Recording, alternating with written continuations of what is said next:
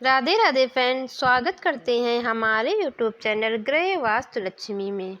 Friends, आज के video में हम आपको बताएंगे कामिका एकादशी व्रत कब करें, कामिका एकादशी व्रत का महत्व, शुभ मुहूर्त और व्रत की कथा। तो फ्रेंड्स, पूरी जानकारी के लिए वीडियो के लास्ट तक ज़रूर बने रहें।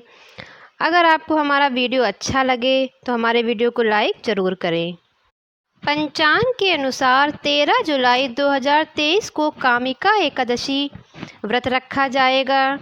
इस दिन भगवान विष्णु की विधि पूर्वक पूजा करने से अकाल मृत्यु का भय नहीं होता है और व्यक्ति को सारे पापों से मुक्ति मिलती है। हिंदू पंचांग के अनुसार श्रावण कृष्ण पक्ष के एकादशी के दिन कामिका एकादशी व्रत रखा जाता है। इस बार कामिका एकादशी व्रत 13 जुलाई को पड़ रहा है। यह चातुर्मास की पहली एकादशी होती है। चतुर्मास में भगवान विष्णु 4 महीने के लिए योग निद्रा में रहते हैं। इस दिन भगवान विष्णु की उपासना की जाती है और व्रत रखा जाता है। आइए जानते हैं कामिका एकादशी व्रत का शुभ मुहूर्त, पूजा का महत्व। हिंदू पंचांग के अनुसार सावन मास के कृष्ण पक्ष की एकादशी तिथि 12 जुलाई को शाम 5:59 से शुरू होकर 13 जुलाई शाम 6:24 पर समाप्त होगा। ऐसे में उदया तिथि के अनुसार कामिका एकादशी 13 जुलाई को ही मनाया जाएगा। कामिका एकादशी व्रत का महत्व। धार्मिक मान्यताओं के अनुसार कामिका एकादशी का व्रत रखने और भगवान विष्णु की विधि विधान से पूजा करने से व्यक्ति के सभी संकट टल जाते हैं और सभी कार्य सिद्ध हो जाते हैं। इस अवसर पर दान करने का विशेष महत्व है। इस दिन तुलसी की पूजा जरूर करें, लेकिन ध्यान रखें कि एकादशी के दिन तुलसी के पौधे को स्पर्श न करें। ऐसा करने से माँ लक्ष्मी रुष्ट हो जाती हैं। कामिका एकादशी की पूजा विधि। कामिका एकादशी की तिथि को प्रातः उठकर स्नान आदि कर स्वच्छ वस्त्र धारण कर लें। भगवान विष्णु को पीला रंग प्रिय है, इसलिए संभव हो तो पीले रंग के वस्त्र धारण करें। इसके बाद भगवान विष्णु की प्रतिमा के सामने बैठकर व्रत का संकल्प लें। तत्पश्चात भगवान विष्णु को फल, फूल, दूध, तिल, पंचामृत आदि अर्पित करें। एकादशी के दिन भगवान विष्णु को विशेष तौर पर तुलसी पत्र अवश्य अर्पित करें। कामिका एकादशी के दिन भगवान विष्णु का भजन कीर्तन करें, साथ ही विष्णु सहस्त्र नाम का पाठ करें। अगले दिन ब्राह्मणों को भोजन करवाकर उन्हें दक्षिणा देकर विदा करें। इसके बाद द्वादशी तिथि को ही अपने व्रत का पारण करें। भगवान विष्णु के पंचरूप मंत्र का भी जाप करें। कामिका एकादशी के दिन यदि श्री विष्णु के पंचरूप मंत्र का जाप किया जाता है तो जातक को समस्त पाप से मुक्ति मिलती है। भगवान विष्णु के पंचरूप मंत्र इस प्रकार हैं। ओम अहम वासुदेवाय नमः। ओम अहम शंकरचूड़ाय नमः। ओम अहम प्रद्युम्नाय नमः। ओम अहा अनुद्राय नमः। ओम नारायणाय नमः। कामिका एकादशी की कथा इस प्रकार है। अर्जुन ने कहा, हे प्रभु, मैंने आषाढ़ माह के शुक्ल पक्ष की देवशयनी एकादशी का सविस्तार वर्णन सुना। अब आप मुझे श्रावण माह के कृष्ण पक्ष की एकादशी की कथा सुनाने की कृपा करें।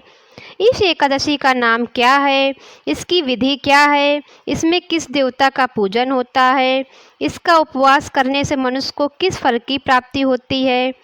भगवान श्री कृष्ण ने कहा, हे श्रेष्ठ धनुर्धर, मैं श्रावण माह की पवित्र एकादशी की कथा सुनाता हूँ, ध्यान पूर्वक श्रवण करो।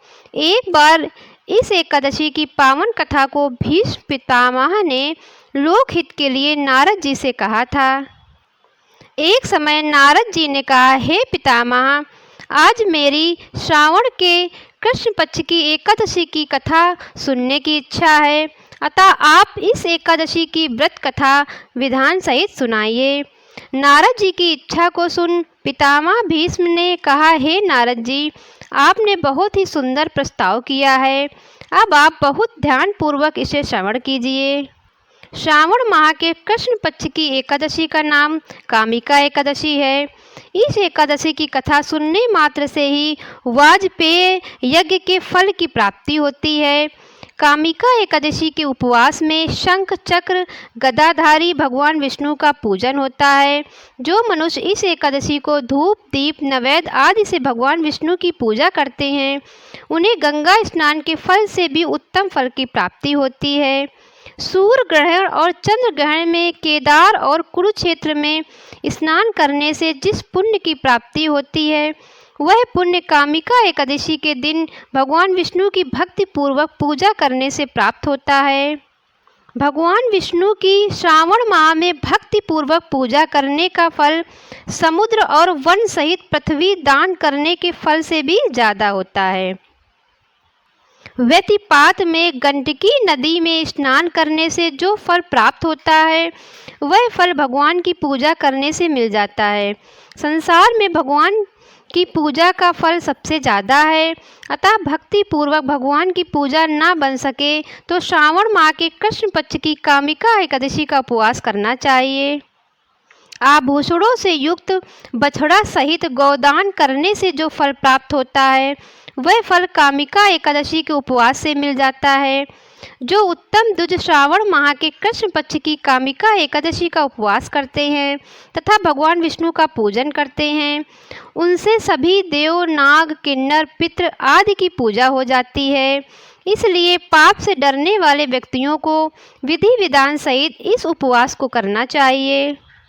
संसार सागर तथा पापों में फंसे हुए मनुष्यों को इनसे मुक्ति के लिए कामिका एकादशी का व्रत करना चाहिए।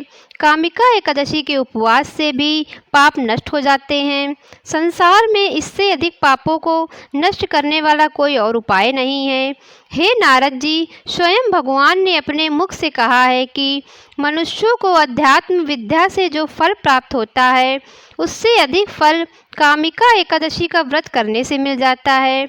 इस उपवास के करने से मनुष्य को न यमराज के दर्शन होते हैं और न ही नरक के कष्ट भोगने पड़ते हैं, वह स्वर्ग का अधिकारी बन जाता है। जो मनुष्य इस दिन तुलसी दल से भक्ति पूर्वक भगवान विष्णु का पूजन करते हैं, वे इस संसार सागर में रहते हुए भी इस प्रकार अलग रहते हैं जिस प्रकार कमल पुष्प जल में रहता हुआ भी जल से अलग रहता है। तुलसी दल से भगवान श्री हरि का पूजन करने का फल 1 बार स्वर्ण और 4 बार चांदी के दान के फल के बराबर है। भगवान विष्णु रत्न मोती मणि आदि आभूषणों की अपेक्षा तुलसी दल से अधिक प्रसन्न होते हैं। जो मनुष्य प्रभु का तुलसी दल से पूजन करते हैं, उनके सभी पाप नष्ट हो जाते हैं। हे नारद जी, मैं भगवान की अति प्रिय श्री तुलसी जी को प्रणाम करता हूँ। तुलसी जी के दर्शन मात्र से मनुष्य के सभी पाप नष्ट हो जाते हैं और शरीर में स्पर्श मात्र से मनुष्य पवित्र हो जाता है।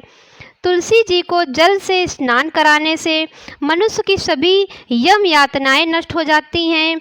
जो मनुष्य तुलसी जी को भक्ति पूर्वक भगवान के श्री चरण कमलों में अर्पित करता है, उसे मुक्ति मिलती है।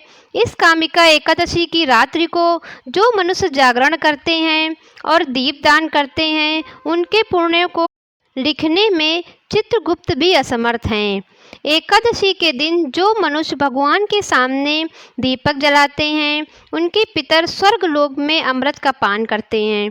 भगवान के सामने जो मनुष्य घी या तिल के तेल का दीपक जलाते हैं, उनको सूर्य लोक में भी सहस्त्रों दीपकों का प्रकाश मिलता है। हे अर्जुन, अब इस कथा को ध्यान से सुनो। एक गांव में एक वीर क्षत्रिय रहता था। एक दिन किसी कारणवश उसकी ब्राह्मण से हाथापाई हो गई और ब्राह्मण की मृत्यु हो गई।